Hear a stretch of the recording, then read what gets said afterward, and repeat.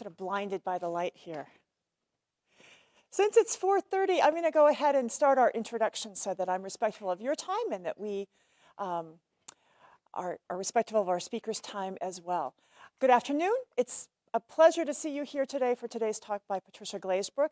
A special welcome and hello to our folks who are joining us via the global campus. It's being filmed and streamed out to students really, across the globe who are involved in our global education program. So welcome to all of you. I'm Karen Weatherman. I'm the director of first year programs. And one of those programs is our Common Reading program.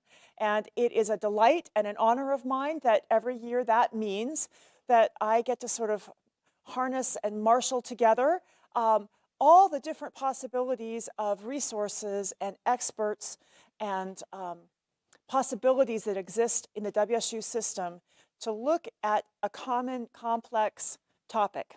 This year, as you likely know, our topic is immigration and refugees, based on the book Refuge, Rethinking Refugee Policy in a Changing World.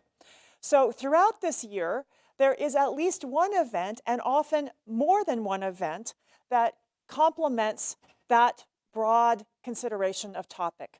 So now to introduce today's speaker.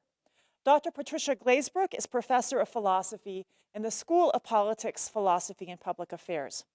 Among the many boards on which she serves are Gender CC, Women for Climate Justice in Berlin, Germany, and the Center for Research in Environment and Sustainable Development in Lagos, Nigeria. So her reach is truly global. Her research has generally focused on the philosophy of science and of the environment, including work on the philosopher Heidegger, on ecofeminism, environmental philosophy, climate change, and climate justice. Her current research addresses climate impacts and adaptations by women subsistence farmers in Ghana, and I understand we'll be learning more about that in her talk. So please help me welcome Dr. Glazebrook.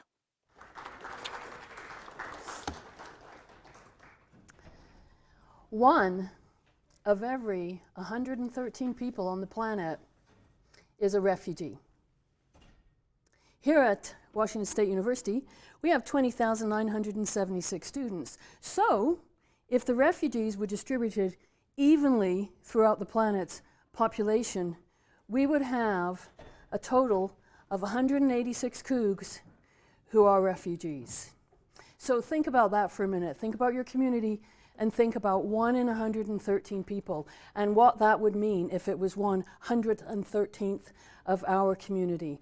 What if it was you? So I'm going to ask you to start with an exercise here. Close your eyes and imagine. Imagine that you are one of them. That yesterday, Russian drones began flying overhead and dropping Reapers that General T. Michael Mosley of the U.S. Air Force, Chief of Staff of it at that point, said fulfill a true hunter-killer role. Imagine that they were dropping on Moscow, Idaho. Would you stay in Pullman? What about if they took out the airport? Would you leave then? What if they started to come down that road that goes through the agriculture colleges? Would you leave then? What if they took down Mary Sellers? Would you leave then? When would the level of threat be such that you would flee? Where would you flee to? Do you have a car? If it runs out of gas, what will you do then if everybody else is fleeing at the same time? Will you be able to pass on the roads? If you don't have a car, would you walk? In what direction would you walk? What would you take? How long would you be able to carry that before you're obliged to drop much of it? If what you're carrying is also your child, that will be the last thing you drop. What will happen to you when your bank card stops working? Can you feel the uncertainty? Do you understand the fear? Do you understand the sheer expanse of the unknown that is before you? What would you do? And on that cheery note, I'm actually going to talk to you about a bunch of things today that all come together. This is a work in progress. If at any point during the conversation you want to know more about something or I wasn't clear, put your hand up, because I got so many pages, but if we don't get through them, that's okay. I'd much rather have your input so that I can use it to build this work in progress. So don't hesitate to put your hand up if you have something that you want to ask or something that you want to contribute. The 5 things that I'm going to focus on now start with, I'm going to give you a response to the Betts Collier book. Has everyone actually read it? Okay, that's not really a fair question. Everyone's like, oh.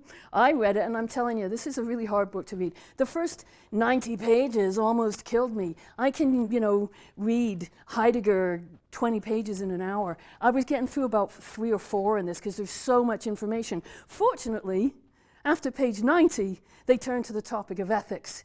Turns out they don't know diddly squat about that, so that was actually very fast reading for me.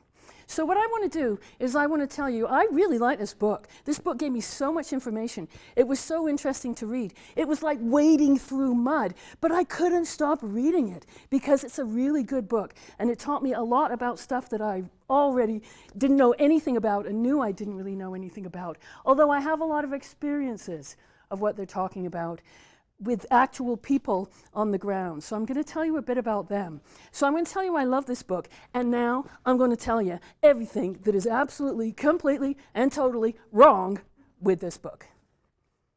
So we'll start with that, which will take us to the second section, because what I want to take down in the account is the proposal of specialized economic zones as being a solution to the refugee crisis. For everyone, big smile, shiny teeth, for everyone, the perfect silver bullet that's going to fix it for us. Then I'm going to turn to a slightly more complicated topic, which is environment, oil, and conflict. In that section, I'm going to explain to you why General Salamone of the Iranian army was killed with a drone. And I'm going to tell you how that is relevant to refugees and oil. After that section, I'm actually at last, finally, as if it was an afterthought, as if we were invisible, as if we had forgotten or I had forgotten, I will finally then start to talk to you about women. And I will conclude with the section on when women walk and what particular conditions belong to women who are refugees. So to start then with Betts and Collier, when they wrote their book, there was 65.3 million people who were displaced globally. That's that 1 person in every 113 people that I already talked about here on the planet. Millions of these people, but only 21.3 millions of these people actually cross a border. That's what makes them a refugee. Otherwise, you're just an internally displaced person. And internally, IDPs, internally displaced people, also need to be saved. They also need somewhere to live. But this book is about refugees. And to be a refugee, the qualifying factor is that you crossed a border. So at the end of 2018, which is a year after the book was published, so probably 2 years after they had their data, the United Nations High Commissioner for Refugees recorded, for the first time in the Commission's 70-year history, over 70 million people displaced on the planet, including almost 26 million refugees. So we went up by 3 million refugees between 2017, which means data they probably got out of 2016 or early 2017. Now we're 3 years later, early on. We went from 21.3 million of refugees to 26. That's a pretty big jump, and it seems that the jumps are getting bigger and bigger. If you consider refugees as such only really began to be a thing in the 1980s when refugee camps were invented. People have always moved around, and they've always moved around for the reasons discussed in this book, but being a refugee with a technical definition of what that means only came around in the 1980s when camps were a way of dealing with refugees who were flooding into your country. There were obviously agreements on refugees before that, but the definition that we have of refugee now involves the conception of a refugee camp. So something unique happened in our understanding and concept of refugees at that point. So Betts and Collier tell us that people who seek refuge in haven countries really have 2 choices. They can go into a camp or they can go into a city. Those are very different things to do. Camps are designed to be intermediate solutions, to be temporary. They're designed to deal with an emergency case. They will give you food, they will give you clothes, they will give you shelter, but you're not supposed to be there for any length of time. People sometimes end up there for 50 years. A camp is a humanitarian silo. It's intended to segregate refugees from the host population. Camps are often placed in remote areas. They're usually arid areas where things don't grow well, because if everything was easy living there, people would already be living there. So they get put on the land that nobody else wanted to live on. And they're also areas that can be dangerous. They can be dangerous for weather reasons. They can be dangerous because of people coming trying to take things from you. If you're near a border from other countries, there's various reasons why they're dangerous, and I'm going to talk later about why they're particularly dangerous for women. The exclusion of refugees in this way in camps from the general population is really largely based on distrust and fear of crime, although research shows that refugees aren't strongly connected with crime. But there's this assumption that the people, the population of the country, will think that, and that they will also think that they're going to be taking my job. That was cited a lot in Brexit. Why does Brexit, Britain need to leave Europe? Because the European system lets in too many immigrants, and they're taking our jobs. We don't want those refugees because they're going to be taking our jobs. So in some places it's explicit, but in many places it's an assumption that this will be the feeling. The most problematic thing for refugees is once you're in that camp, you don't have any options for employment. You can't get a job. Do you have a job? Who here has a job? Probably more than you than that, right? In which case, you're lucky you, because I had 3 jobs when I was an undergraduate, but I was in Canada and I was paying almost no tuition because it was Canada, so can't imagine you guys don't have like 18 jobs to be able to afford, to be here. What happens if you can't work? So you're in a camp now, you're in a situation where someone gives you food, they give you shelter, they give you clothes. They thought they were going to be doing that for a week. They're still doing it a year later, a decade later, in some cases 4 decades later. Right? Do you think you're getting good food? Do you think you're getting a lot of variety? Do you think you're getting a nice glass of Cabernet Sauvignon to go along with it? No, you're eating the bottom of the pot, right? Does that sound like a pleasant life to you? The most unpleasant thing about it is you have no autonomy. You can't get food for yourself. You can't decide what you want to eat, and you can't work. So if you don't work, you don't have money. So you've got to find a way to get money in that camp, or get some kind of power or some kind of resource to make your situation there livable. So accordingly, refugees have no autonomy, no opportunity for education or skill, or capacity development. Camps put a person in limbo. They put their life on hold, sometimes for decades. They vary, but the bottom line is little by way of choice or freedom in the context of extremely limited resources that encourage exploitation, competition, and loss of hope. Cities don't do that in the same way. You have to work in the underground economy, in the informal economy, because you don't have a visa. You don't have an authority to be employed in the country. But you can find informal work. Everybody, you can clean houses, you can do yards. There's all kinds of different things that you can do. You can also be horribly exploited for that. If you don't get paid, what can you do about it? You don't have papers. You can't report it to the police. If you are sexually assaulted by your employer, you can't do anything about that. In fact, if you want to keep your job, you better not do anything about it, right? So you're very vulnerable when you're working in a city, but at least you have some sense of autonomy, and maybe you'll get lucky. Maybe you'll have a job that doesn't put you in those terrible conditions, that doesn't expose you to toxins, because you are doing the job nobody else wants to do. Why don't they want to do the job? Because it's underpaid, because it doesn't respect labor laws and labor regulation. Perhaps there isn't even any labor regulation where you are, because the rule is the first country you enter as a refugee is the country that you're going to stay in. So if it's Iraq, I don't know, what are their labor laws like? If it's Jordan, you're lucky, because they actually have a labor law system, and they made an agreement on labor laws with the US, so they actually understand US standards of labor, right? So one would hope that Jordan would be, a better place to be. And in fact, something like 85% of the refugees who live in Jordan actually chose to go to cities. They didn't want to go to camps because they understood how that would just take their life away from them, turn them into a ghost who in a sense is already dead because they have no possibility of future development. So all you can do is cross your fingers and hope that the conflict ends, because usually one thing that is most common amongst refugees is the desire to go back home. Yep?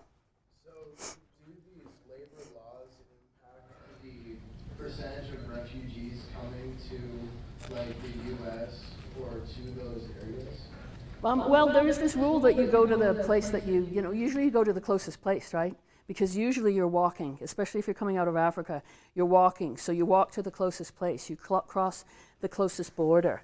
So if you're lucky, you get replaced, resituated into Canada or into somewhere in Denmark, because despite this rule that you stay, the first border you cross, that's the country that's responsible for you, and you're supposed to stay there. But at the same time, countries understand that you can't have, one country carry the whole load, right? So what they have agreed is that they each have a proportion that they're prepared to accept, or a number of people so you can get resituated to Canada, you can get resituated to other countries. And if you get resituated to Northern Europe, it snows and the weather may not be the weather that you're used to or want, but you have all kinds of social protections. You won't have to pay for health care.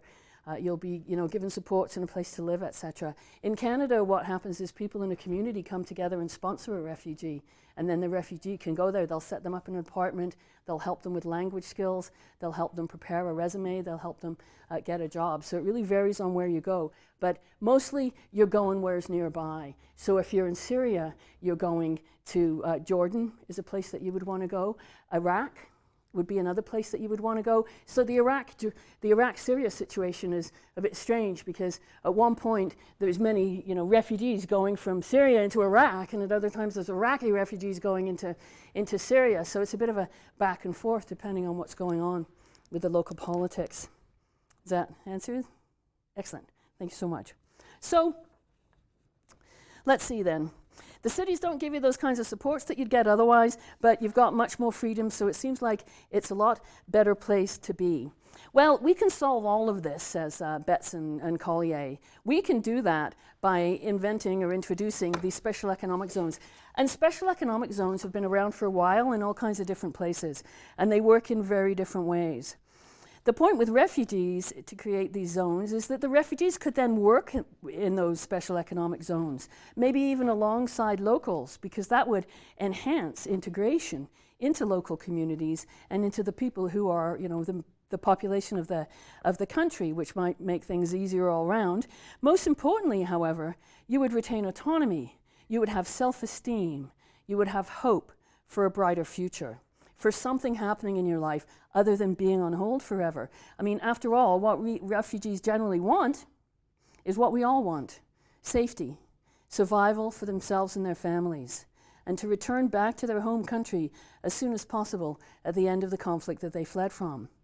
So if you have a special economic zone and you put these people to work, the host country is going to benefit because revenue is going to be generated now. So for example, 4 million Syrians began fleeing from Syria in 2011, and by 2015, only 35% of the UN's 1.3 billion USD, American dollar, regional response plan had been funded. So if you're in somewhere like Jordan, in Jordan, 1,000 people flooded in there. 1,000 people flooded into a country that has a 6.5 million population.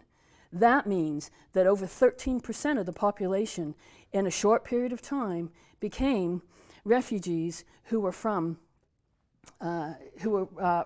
Syria. That's a really big burden for a small country like Jordan to have to carry, and the money that was promised through the UN to support that wasn't given to them. So market interventions and doing something that creates economic income is what's called a market intervention, because you're doing something that affects what's bought and sold and moved around the global marketplace, right? So these market interventions are going to fund these refugee programs that heavily burden their host countries. And they only got these refugees in virtue of their proximity to the original state, the original country that the refugees came from, and also because refugees have limited travel options. If you could afford to get on a plane and fly somewhere else, you would have already done that. So they're kind of stuck with you. Other than there's also a rule that you're supposed to stay in that country. So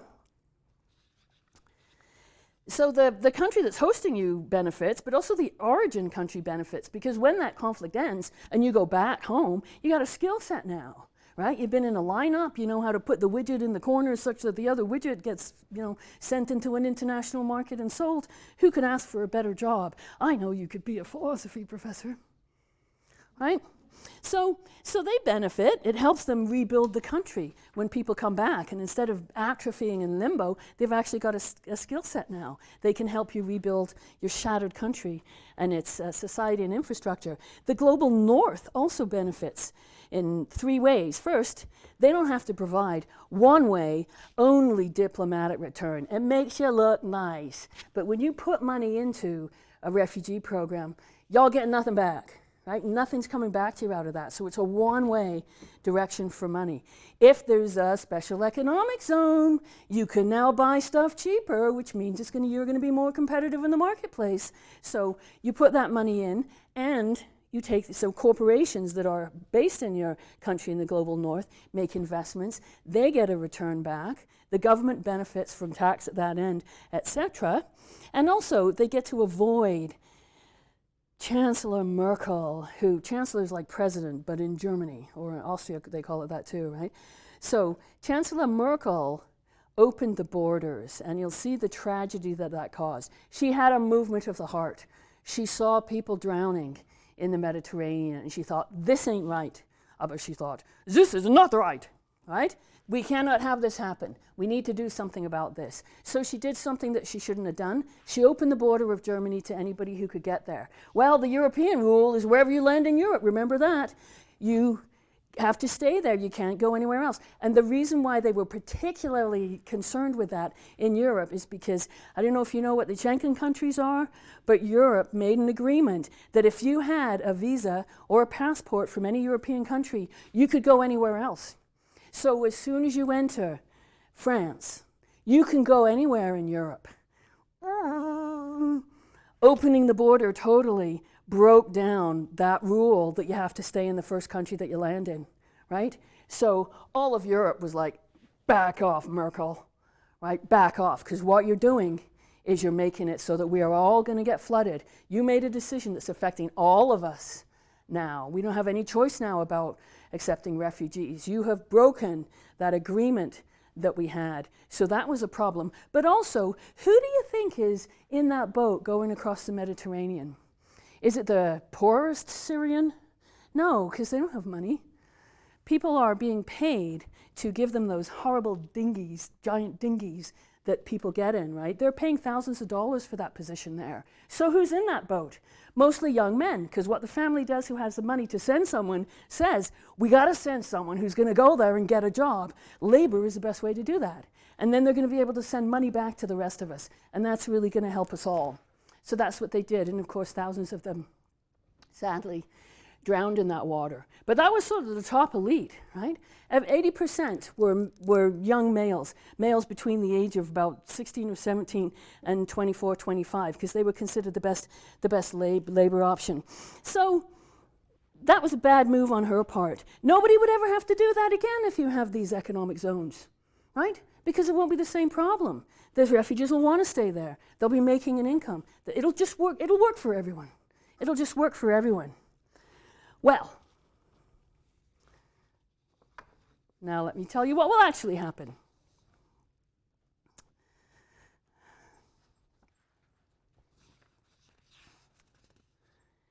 For lots of people, being a refugee isn't something that happens to you because you're poor. It's not something that happens to you because you don't have an education. Being a refugee happens because someone is dropping a bomb on your village, or the next village, or your town. You run. Who lives in that town? Doctors, lawyers, philosophy professors, people who work in grocery stores, people who, work for the sanitation committee and dig things in the road to carry sanitation around, right?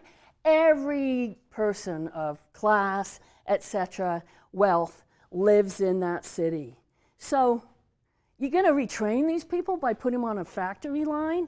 When they go back home, that's no benefit to them or their country. They should be practicing as a lawyer or a doctor or whatever they were initially trained to do when they go back home.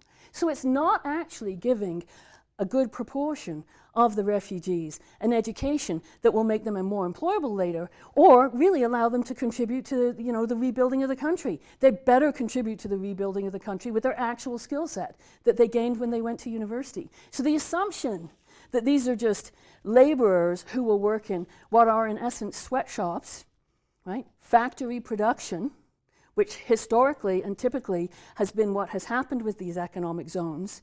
They usually employ people at a very low wage because they're anticipated to have little labor skills when they come in, and they train you. So they train you to be on a production line where something's come by and you're quality control and you expect it, or you're actually putting this little paper clip on the side of it and it goes to the next person who does the next bit. Doesn't that sound like fulfilling work? Don't you want to wake up every morning and go, yeah, I'm going to do that. It's going to be real fun today. Oh, my quota's going up. Every time you meet your quota, it's like, well, obviously we're not pushing you hard enough because, right, if you can meet the quota, you could probably do a little more, right? And for goodness sakes, never exceed the quota, because if you exceed the quota's going up, right? Again, doesn't that sound like great work? So who does it benefit then? Well, it does benefit the people who get to, make money off of what you're making, right? It benefits the host country because they get to exploit your labor. So in a sense then, what have you got in this context? You've got workers paid low for their labor, working in poor conditions, quite likely, for a minimal salary. In other words, these special economic zones don't really change the refugee situation. They're still in a hopeless situation, a dead-end job that they don't necessarily want to do. Will they have a choice? Will you be told that, well, if you don't want to participate, then we're not going to be feeding you, right? And when you do get that money, where are you going to spend it? You're going to spend it in the grocery store they put on site so that you can spend, so you're getting just enough to spend there. So you're not actually getting anything out of it. You're getting in everything that you got before, except one more thing. Now you are more than an indentured servant. Now you are what I would call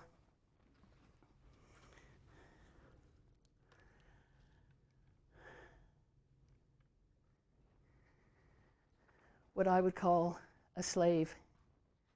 You are only getting subsistence rations, so you're in essence working for free. Your life is just like it was before, but now you got to go sit in a factory for 8 hours. I don't know. Do they have labor laws? What is the limit? I mean, it took a lot of unions. It took a lot of work to get down to a 40-hour week, 5-day a week, right? People used to, in the 19th century, people used to work. If they got 1 day off a month, they were lucky, right? Standing in a pot of dye up to here, passing wool by to color the wool. 16 hours a day, 1 day off a month if you're lucky. Those kinds of labor conditions. I don't know what the conditions are going to be here. You know that expression, Arbeit macht frei?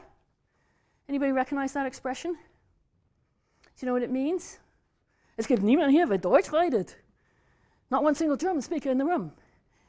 Work makes you free.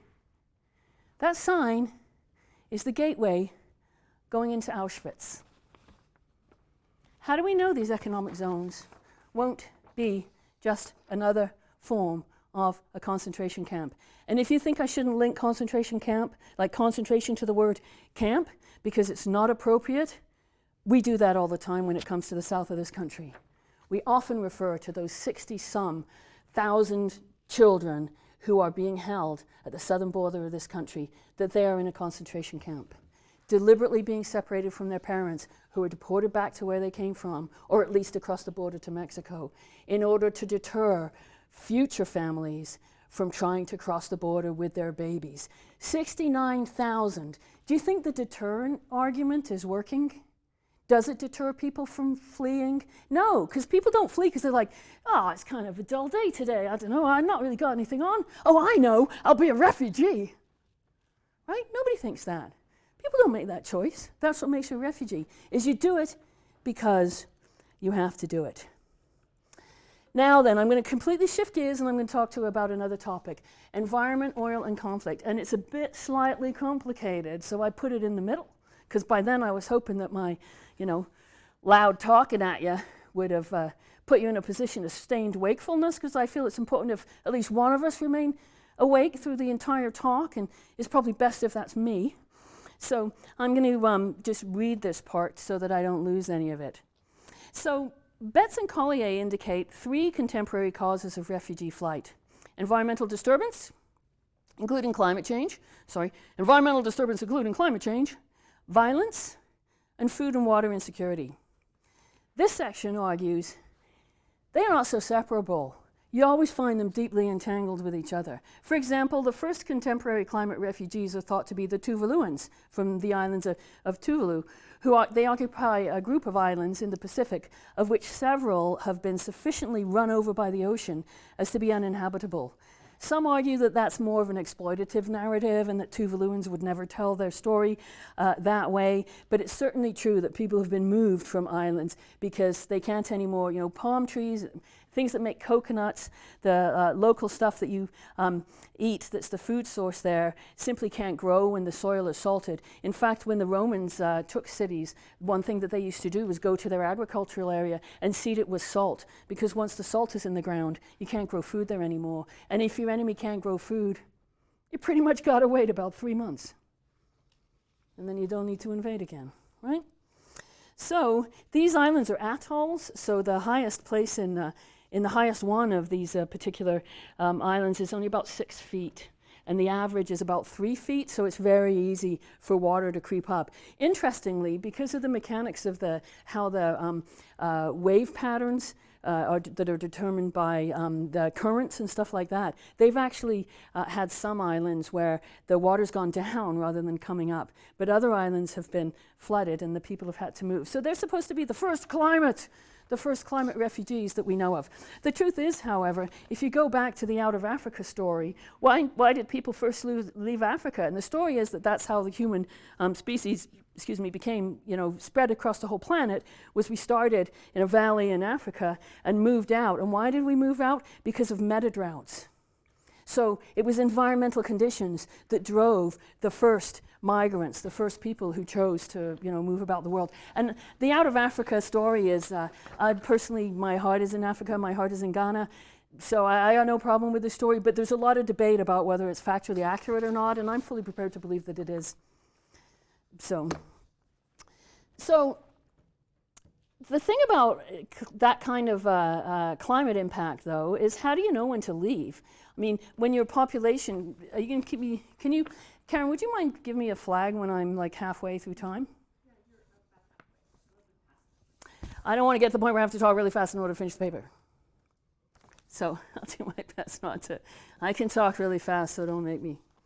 Right? So how do you know when to leave? I mean, I asked you before, would you leave when they bomb Moscow? Would you leave when they do the airport? Would you leave when they, bomb Mary Sellers? When does it get threatening enough for you that you decide that you want to leave? And I mean, that means that the difference between being a migrant and being a refugee is a bit thin.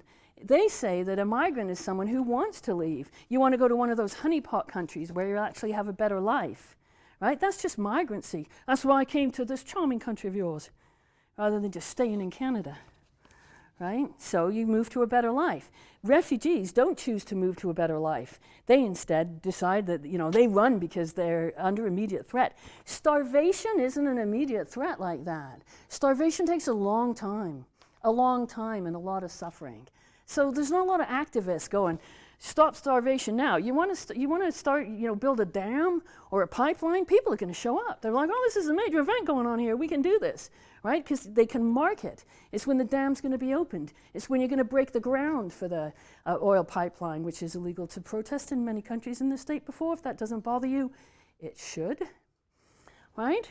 So starvation isn't like that at all. There's no particular event that you can go, here's the event where we're going to have the big protest. Everybody come on Tuesday. Happens every day, all the time. Right now, 1 in 4 Africans does not get enough to eat. That's been true since 2007. It's just what it means not to get enough to eat changes. Right now, what it means in northern Ghana is it means at least once during a year, so up to however many times, but at least once you go for at least 24 hours without any access to food at all. But I can tell you from my experiences that there are people who regularly throughout a year go for 3 or 4 days.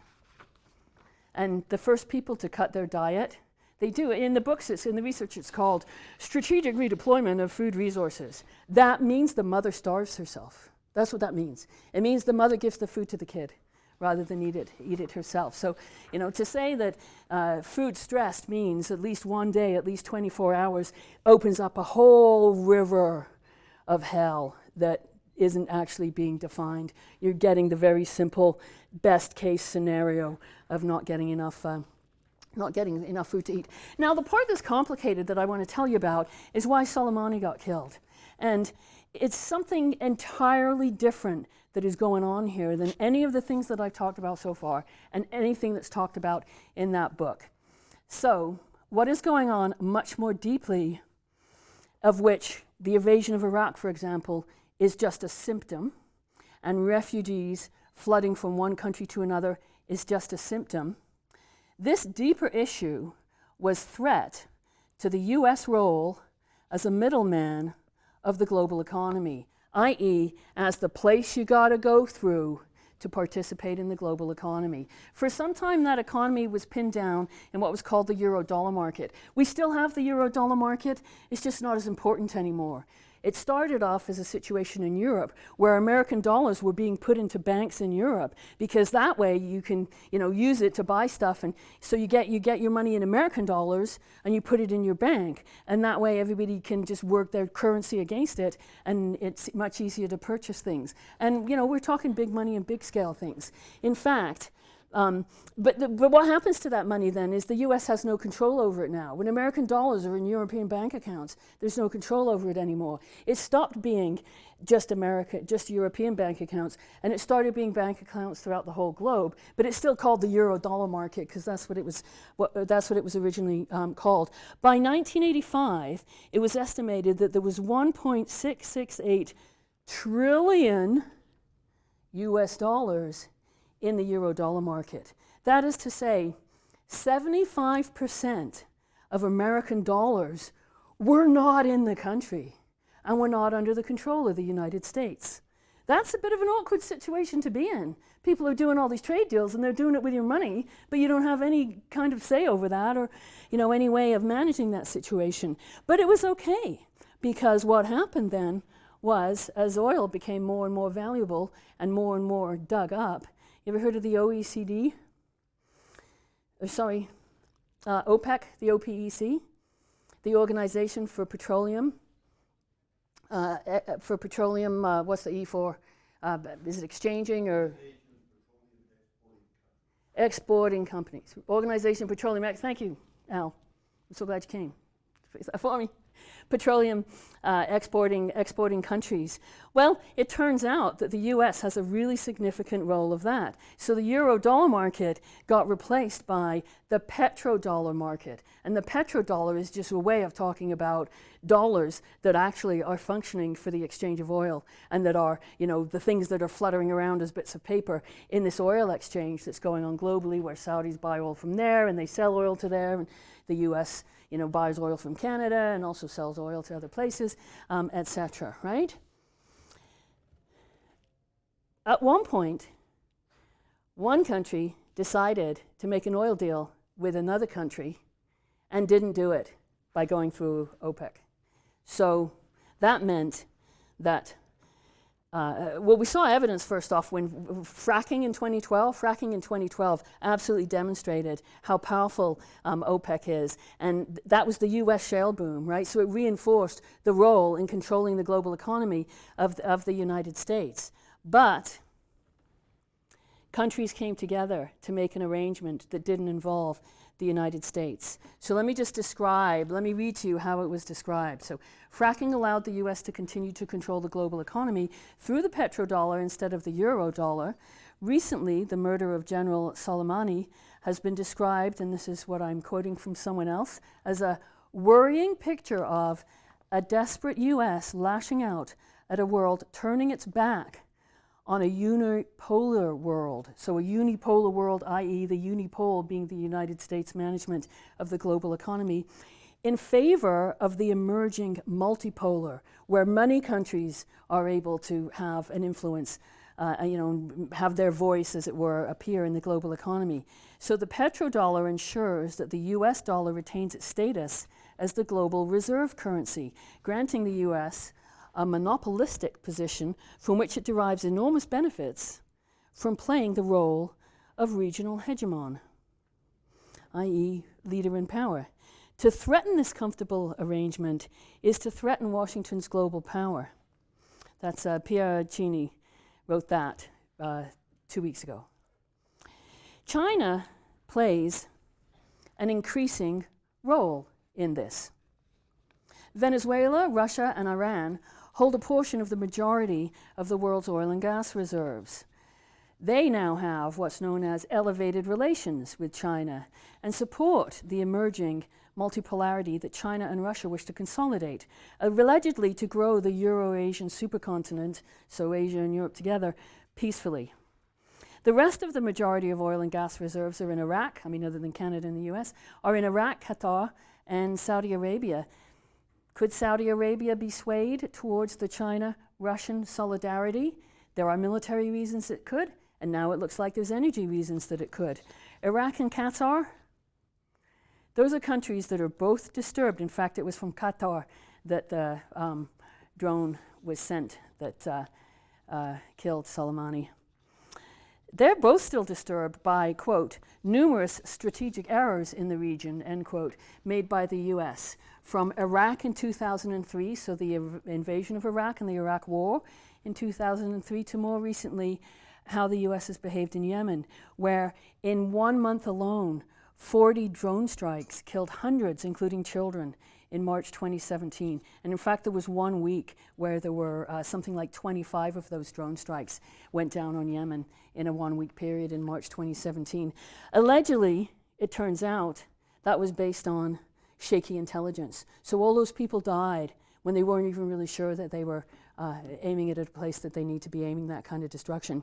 Concerning Iraq, the 2003 US invasion was based on fabricated intelligence, and this is documents that were unclassified and were released about 1.5 years ago, made it clear that the idea that bin Laden was in Iraq, and therefore, because of 9/11, we should invade Iraq to kill bin Laden, completely made up as an excuse to invade Iraq.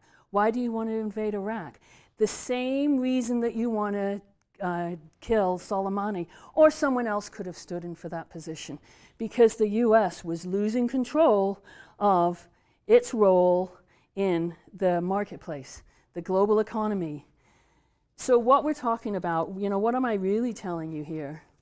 Maybe I can send you a copy of the paper and you can read it and look at it in more detail and look at the sources that I'm taking this from. What I've just laid out for you is a Game of Thrones, in which the US is increasingly facing a global power struggle. You got to admit it, this country has really ran the planet for a long time now, and things are pushing back up against that. So we live in a very difficult time. As oil and gas company executives and members of parliament and governments reap massive profits, millions of people lose virtually everything. In Iraq, after the US invaded in 2003, to teach Iraq a lesson for making an oil deal without circling it through the US. When they invaded in 2003, by February 16, 2007, Antonio Guterres, at the time the UN High Commissioner of Refugees, reported that 2 million people had fled Iraq. Another 1.7 million were internally displaced. So for this Game of Thrones, 3.7 million people had their lives, if not destroyed, completely turned upside down. So we can conclude then from this section that climate, violence, and food and water insecurity are long-standing drivers of migration, not entirely consistent with the Betz-Collier definition of refugees as forced rather than choosing to relocate, right? We blurred that distinction a little, they made so strongly again and again and again. Moreover, we can conclude that an international power struggle is underway in which 3 things that Betz and Collier argue drives refugee seeking, i.e. environment, violence, and food and water insecurity, are deeply interlinked in a global economic system that depends on fossil fuels that pose the greatest harm to the human species that we ever known to have been faced in history through destruction of food systems, water systems, and habitable ecosystems. The struggle for power in that economic system and the consequence of focus on that struggle rather than acknowledging the need for immediate transition away from fossil fuels to renewable energies is already causing massive humanitarian suffering in agricultural collapse in Africa, in unprecedented fires in Australia. How many people died in that? How many koalas died in that? Australia will probably never be the same again. So much of it was destroyed in that fire. And what will next year's fire season be like? What will it be like? You know, I live in Moscow, so I just bombed it because I thought if I'm going to bomb something, I might as well have the story be bombing me and not other people. Seemed the polite thing to do. And sometimes in the summer, I can't even see my neighbors' houses, excuse me, because the smoke from the fires. The first summer I was here, there was a fire that moved 100 miles in 24 hours. 100 miles in 24 hours. It's pretty terrifying. Go to sleep, wake up, leave very quickly. I have a 2-minute emergency response plan. I can have my son, 2 cats, and all of our passports in a car halfway up the road in 2 minutes in case the fire comes in or somebody gets reelected. Then I'll go back to Canada. So I've just told you, you know, I mean, when you think about it, it's pretty horrific that there's this, you know, I'm sorry, I'm just here to depress you, that there's this massive power battle going. I mean, it seriously is Game of Thrones, right? There's this power battle, this struggle that is going on, and we are underneath. And who's paying the you know, price for that? Not Dick Cheney, who left Halliburton Oil, where he was executive director or whatever the title was, in order to become vice president of the United States shortly before the invasion of Iraq in 2003. He was paid $36 million when he left that position. He ain't hurting from this. Who's hurting from this? You think it's not us. Just wait. As the poorest people on the planet are gone from climate change impact, who's going to be next? It's going to be us. What are we going to eat when could you grow your own? You know, I had a student from Vietnam in one class, and he was laughing. We were talking about climate change, and he's laughing. I'm like, why are you laughing? I'm trying to understand the horrors of the reality of our situation. He was like, I'm from Vietnam. I go home. My mother can get food out of the ground. You guys all dying. But my mom knows how to do that. Could you do that? Could you do that if you had to get food out of the... Interestingly, most of the people who get food out of the ground on this planet, in fact, 70% of them are women who don't necessarily even speak the national languages of their country, who maybe have grade 2 education. They're the ones who will be able to grow food after the rest of us can't figure out how to do that. So women and climate then. Are they, you know, there's the refugee immigrant question. I already talked about that. I just told you that women contribute, you know, 70% of what the planet eats. In fact, in Ghana, this data goes between 70% and 87%, depending on what who you ask. The Social Watch Coalition says that women in Ghana grow 87% of what people eat, but the you know, World Bank says that they only grow 70% of what people eat. So who knows which is the truth? One thing's for sure, that's a giant honking big number either way. That's a lot of, you know, food that is being produced by subsistence farmers. And the ones that I work with, they live on less than $1 a month. I'll say that again. Live on less than $1 a month. The United Nations, the World Bank, they don't even have a category for that kind of poverty. Their lowest kind of poverty is now $2 a day. After that, you're just extreme poor. $2 a day. They used to call it abject poor. Now they call it extreme poor because I guess abject, as I will tell you later, and so I'm telling you now instead. It's just Latin, so ab actually means away from, and the ject part comes from yakio yakiri yaki yaktum, which just means to throw. So to be abject is to be thrown away. Right, thrown away. So these women farmers are subsistent farmers. They take their food home and they eat it. They feed their family with it when they grow it. Maybe they sell small in the marketplace. And whenever I ask, why do you sell that? They say school books for the children or uniform for the, you know, uniform for the children. Where are these women? They are the forgotten women of the world who do the work that makes the world work, but are not the heads of those organizations. They're not the heads of the oil companies. They're not, you know, the heads of the different offices in government in many countries throughout the world, right? So the ones who are doing the work aren't the ones that own the land or the ones who are actually, you know, making a profit off of owning that land. So there's really 2 giant holes in the account in this gorgeous book that I adore so much. The first is they haven't really said anything about climate change because it doesn't really fit their model. The other thing is, when you read this, look for when they talk about women. I can tell you, let me see if I can find the data here.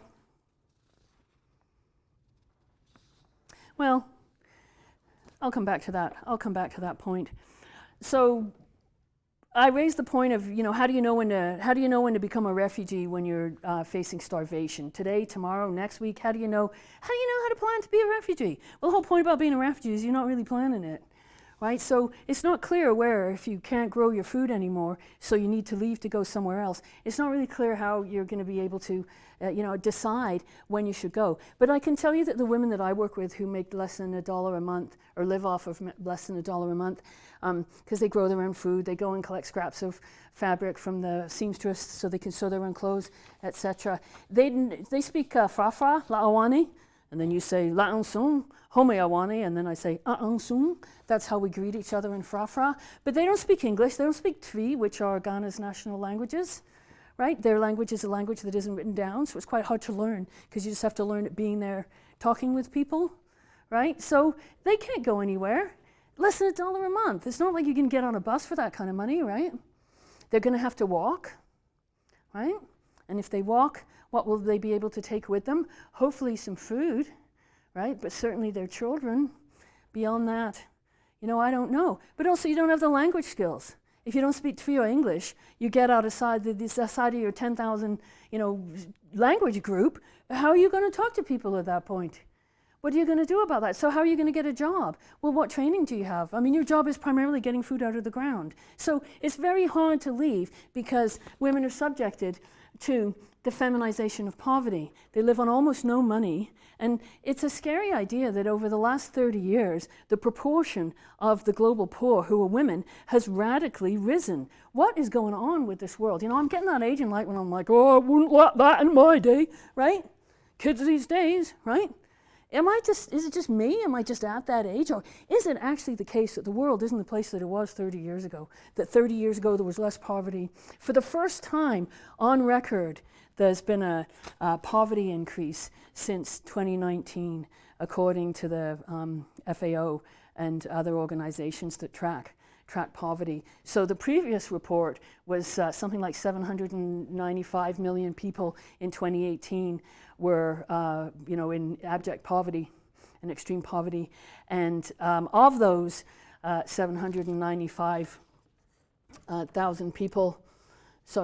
million people, 780 of them are in the global south. So think about that story I told you about oil exploitation of resources, right? Is that fair in that kind of poverty for such a large proportion to be in the global south? And the large proportion of them also are women who are carrying that burden. So where I work in northeast Ghana, that's millet. They often eat millet. Millet is really cool. It's kind of like, you can see how pretty it is. It's a bit like wheat, but it's different than wheat, and it's really high in protein, and it's really high in calcium. So the protein's great because, you feed it to your kids, and they make this great breakfast thing, and also a nice thing, you put sauce on top, and then you can roll it up and get the sauce on it, and it's lovely to have. It's sort of a main starch. It's lovely to have that for dinner. It's one of my favorite things to eat anywhere, right? So it's great to have the protein. It develops the child's brain. It develops their muscles, etc., right? The calcium is also great if you're pregnant, if you're lactating, or if you're a little kid trying to grow up and have your bones grow and stuff, right? They can't really grow that anymore because the rains aren't coming regularly enough. As the women tell me, in the morning, I see rain. Afternoon, rain no come.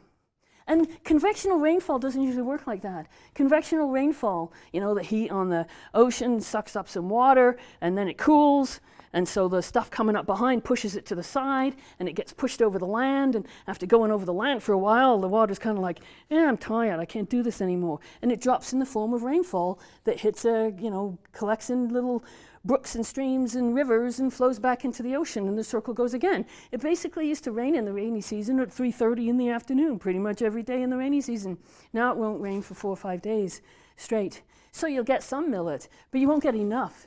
And you only grow once because you only grow with the rains. So by the time, you're waiting for the next growing season next year, if your food won't reach that far, you're going to be going extremely, extremely hungry. So you can't really grow millet anymore. It's not dependable enough when rains are sporadic and they come or they don't come for 3 weeks and then there's a massive flood. So there's Africa. Here is Ghana. And that was painted on a wall where I was somewhere. I was like, whoa, that's so cool, I gotta take a picture of that. And way, you see that white sign? You go over a little to where it says, you see where it says Upper East? Should have got one of those little pointy things. That's where I work. So it's 14 hours by bus from Accra, the capital. Well, actually, no, sorry, 16. It's not that the roads are that long, it's just that they're that bumpy, so they have to go kind of slow. So it's pretty remote up there. It's a very agricultural area. Only 10% of women have any kind of support other than other women in the village and family when they give birth. 10%, not even a doula, not even a midwife. You know, you only get taken to the hospital if there's a crisis, but if there's a crisis in the birth, your chances of survival are not that good. So that's the area that I'm working in Africa, and in that area, there's a kid playing a drum in the market. I just like to show these pictures because so often the only pictures of Africa we see are pictures of people who are in camps, who are starving, who are completely numbed, who are like that, and a fly is crawling across their face. There are many people in Africa who have absolutely functioning lives and practice as lawyers or work in grocery stores or work in, you know, whatever. So this is a typical house in Ghana if you're not in a, you know, the city where you can get a different kind of house. So in a rural area, a house looks like that. So you get mud. You mix it with the water, and then you make a round building, and then you make another one, and then you make a wall, and you end up with something like that. And each one of them is a room. So this one's the kitchen, this is your bedroom, this is somebody else's bedroom, this is where you entertain people, you know, etc. So that's a house. And often I should have taken, they paint them beautifully up there, but you know, I decided to take this picture for whatever reason. This is a chief's house. You can see there's even a concrete thing built that somebody has, you know, the chief has built a concrete thing. You can also see that it's not the rainy season, so nobody's worrying that they don't have a roof on them at this point. This is what happens after the flood. So in 2007 flood, 31 killed, 100,000 displaced, 15,000 homes destroyed. When you build your house of mud, which is great because it keeps it cool in summer and it keeps it warmer in the cold regions, and I know you don't think that we would be a cold region, but seriously, it gets to be, you know, 68 degrees down there and everybody's got colds. They seriously have physically manifested the kinds of stuff we do in February because that's so cold for them. You see kids having a good time. You can see the mango tree behind that he can stand under. He could stand under it like that, and as one falls in his hand, eat it. Well, 4 or 5, because, you know, no kid's gonna eat one of those. So now I'm going to talk about, I mean, let me leave that. We'll come back to a point there if we need to. What I'm going to talk about now is another kind of situation. It's not the environmental flight, but what I'm going to show is it's also flight because of environmental consequences. But in fact, I'm going to talk to you now about the Banyamulenge. And the Banyamulenge are a cultural group. Here you would say tribe, but as someone who does African studies, I just find that a barbaric, completely, you know, colonial word. Tribe. I can't believe you guys still use that in this country.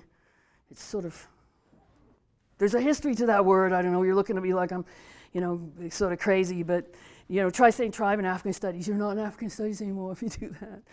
So I'm like, ooh, right? So these are people in flight, and they're in flight because originally I mean, it goes way back to the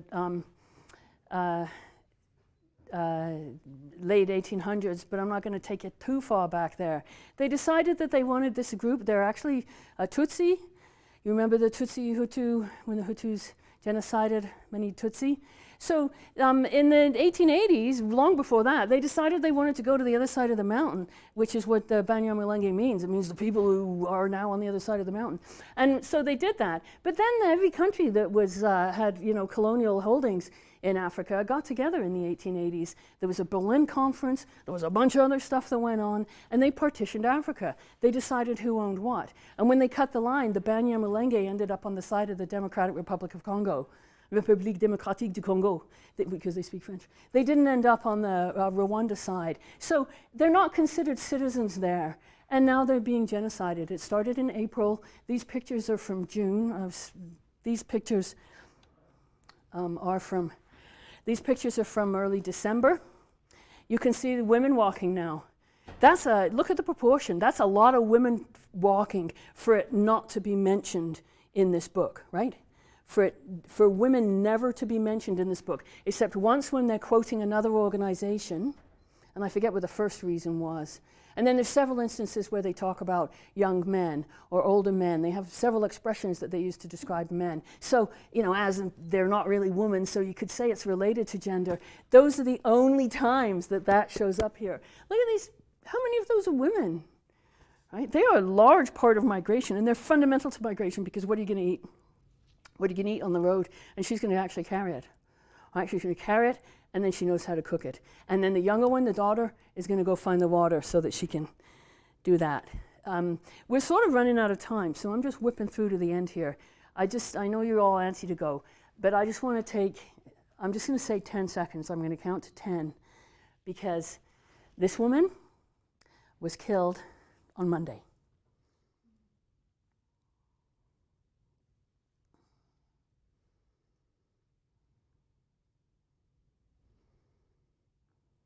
So what's happening here is the Banyamulenge are being killed by the Mai Mai and other rebel groups that are coming over from Burundi. They're from South Kivu, which is an area on the east side. It's where the Ebola always is, on the east side of DRC, Democratic Republic of Congo. And Mai Mai means water, water, and the reason why they call themselves after water is because they believe that if they immerse themselves fully in water before they go into battle, that nothing will be able to wound them, to harm them. So the government says you are not citizens because you only moved here in the late 1800s, so you're not really citizens. So we don't really care what happens to you. And the soldiers laugh, randomly shoot them at this point for no known reason. And also, they after the Mai Mai has come through, raped and murdered the women, murdered men, burned down houses, burned down entire villages. After that has happened, the soldiers say, and here are their cows, and because these are pastoralists who raise cows, and they go back to Burundi. I'm not sure if these women can run. You can see there are women that are already running. Let me just describe to you something that might happen. I mean, this is actually an environmental situation because the land that they are on is wanted now, and it's wanted, there's competition for the land, and mostly for grazing rights, because people in the area who aren't Banyamulenge also have cows. So the Babembe is supporting the Mai Mai and the other rebel groups and killing them because many of the Mai Mai actually are, because that's also a cultural group, are Babembe. So there's this coalition of the government, the military, and these rebel groups coming across the border who are interested in getting rid of these people so that they can have their cows, right? So it's economic, and it also is based on having access to arable land. So what happens to you then if you end up in a camp if you're a woman? And this is going to be quite short because the last bit's just mostly bibliography. Well, in Jordan, in the Zatari refugee camp, and Jordan is one of the best places to be around. The actual best if you want to be a refugee is going to be Uganda, because in Uganda they'll say, wow, okay, sure, here's some land, work there, make your life, go for it, which is pretty pleasant compared to other places. So of all the places, this would be a good camp. So there's reports there, so women can flee there to escape the violence that is going on at home with bombings, etc. But now they live in fear of kidnap, rape, and sham marriages in the very camp that's supposed to keep them safe. In the Zaatari camp, the reports of Jordanians harassing girls as young as 6 or 7, and reports of kidnapping of girls who are raped and then returned to the camp. Women and girls are afraid to go to the toilet at night. Some are accompanied by a family member. Others simply wait until morning, which isn't actually healthy to do, because if they go to the toilet, they can be attacked while they're there. There's no policing structure, so roving bands of Syrian youth patrol the camp, allegedly to protect them. It's not the women. It's not clear, however, that their vigilante justice is not doled out for other reasons, or if it's even effective as a deterrent to assaulters, or if it protects the victims, but it is what it is. In 2013, the UN worked with the Jordanian government to announce a security initiative, but risks of sexual exploitation, especially younger women and girls, is not just a nighttime affair. Some women become marriage brokers who also sell girls to men from Saudi Arabia or other Gulf states seeking pleasure marriages. One such woman sells coffee, and if the consumer wants to marry the serving girl who gave him the coffee, he has to pay 1,000 or more dinars, she says, equivalent of about $1,400 US. I wonder how much of that goes to the girl. if she agrees even. He signs a marriage agreement, and this woman says he takes her. And even after 1 hour, they can get divorced. It's none of my business. Of course it's her bloody business. It's precisely her business. She's running a business of sex trafficking young women in a camp. That's women harming women in order to make profits themselves. Because $1,400 when you're in a refugee camp in which you're not allowed to work, that's a lot of money. It's a lot of money to me. I don't know about you guys, but that's a lot of money to me. It's unclear if the girl gets any or if she decides whether or not to participate in it. Fathers also are offered money for their daughter. One father of 2 daughters said that people from Jordan, Saudi Arabia, and Qatar offered as much as 200,000 Turkish lira for one of his daughters. That's roughly $33,000 USD. United States dollars, $33,000 to have your daughter. And he promised also that she would live like a princess. Often what happens to the daughters who are purchased in this way, however, is that they are, a few days later, dumped somewhere in Jordan, obliged to find their way back to the camp on their own. Who knows what will happen to them on the way, abused and humiliated. In effect, at the bottom of the pecking order are women who provide food security and girls who are trafficked as disposable. They are abject, literally thrown away in male-driven conflicts. So it's the male-driven conflicts over oil, conflicts over power, that are putting them in this situation in which women, girls are reduced to disposable bodies. Women become bodies, women's bodies are then treated as disposable. This is capital power in the phallic order. The refugee experience lays bare the absolute incapacity of human society in the capitalist phallic order to respect and support the thriving of any life form or ecosystem until capital shifts from this logic of an economic system aimed at the individual accumulation of private wealth to the care logic of a societal system that promotes thriving. Until that happens, there's no hope for a future for any of us. There are, in fact, some places, cultures and systems that operate in non-capital exchanges and are driven by care rather than capital. There is a gleam of hope. But that's a topic for another day. Thank you so much for your patience.